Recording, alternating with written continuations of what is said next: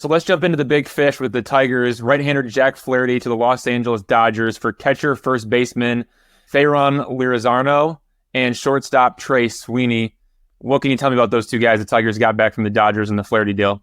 Yeah, so I think when people look on the surface, maybe they're a little underwhelmed. Lorenzo on the surface has not had the best year. It's just a 220 average with 344 OBP and a 356 slug. But I think it's important to remember where he's playing in the Midwest League. It's not a super hitter-friendly environment. And we are talking about someone who last year hit 24 home runs in the Cal League and 418 plate appearances and slugged 562. So Lorenzo can hit. I mean, he's certainly got all the power in the world. Last year was a 50% hard hit rate. Running a little bit down this year, but still pretty close. I think it was a 440 xWOBA on contact last year, which is just kind of absurd for someone that was still 19 and 20. He just turned 21 actually earlier this month. And he's got an incredible frame, 6'3", 195. It's a profile that is going to have some whiff and contact concerns, but there's actually been some improvement this year in that department, which has been encouraging to see. Last year was around a 65% overall mark contact-wise, which is a little bit lower than I'd like to see, but this year it's up above 68%. So we're making some strides. There is still some strikeouts, but it's a patient approach too. Like you're going to see Lorenzo take his walks.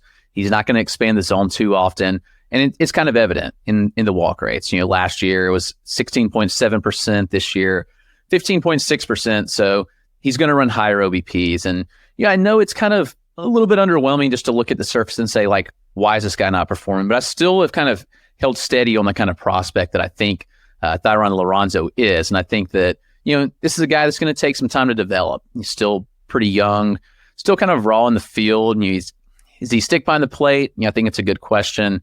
But he does give you a little bit of versatility where he can play first base if you need to. Also DH. He's pretty much split time pretty evenly this year between catcher, first base, and DH. So you combine first and DH. He's caught 44 games this year. Has allowed quite a few stolen bases, 80 stolen bases allowed, just 14 caught stealing. So it's a little bit concerning there, but the bat's obviously the carrying tool and what you want in Thayron Lorenzo. So I think this is someone that Tigers fans should be excited about. That it's a new situation. He was in a spot in LA where, he's kind of buried on a depth chart with a lot of catching prospects in that system.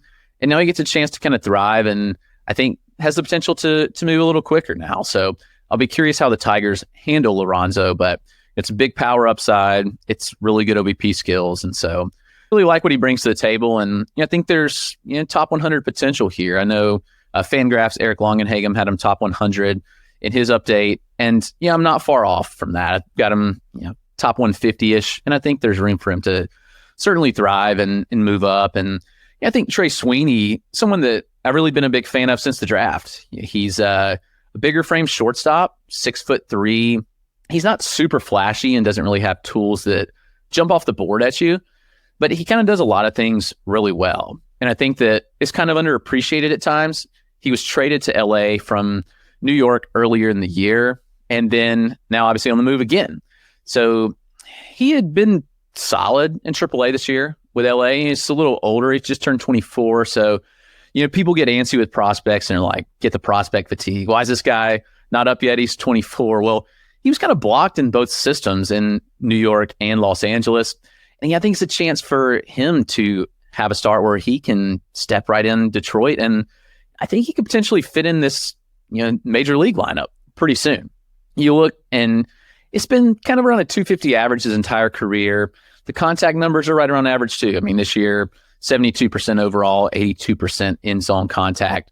It's a lower chase rate, 26%, so better than average chase. And he actually hits the ball pretty hard. You may not see it looking at the home run totals, but he's got an average EV near 91 miles an hour, which is solid, 45% hard hit rate.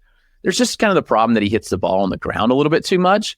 So maybe a swing tweak here or there could really benefit him. Last year, it was just a 33% ground ball rate. This year in LA, 46%. So I'm not exactly sure what is going on as to why he's hitting less fly balls and more ground balls, but I'm curious if Detroit can kind of figure out something there to help him unlock a little more loft in that swing. But he's got speed too. He's going to give you some stolen bases on the base paths.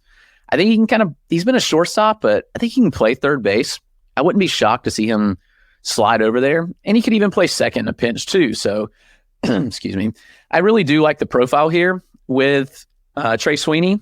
It's an interesting one, but it's one that I think is kind of undervalued. And I do think that, the org looked at Trey Sweeney and they said, there's really a lot to like here, and there's certainly some things we can unlock. So, I think you had mentioned it last night that there was other offers for Flaherty, and they end up liking this one the best. So it's a really good deal for Detroit for a rental, 2 months of Jack Flaherty. So, I'm encouraged by what they did here, and they got two pieces that I think can be good impacts for them.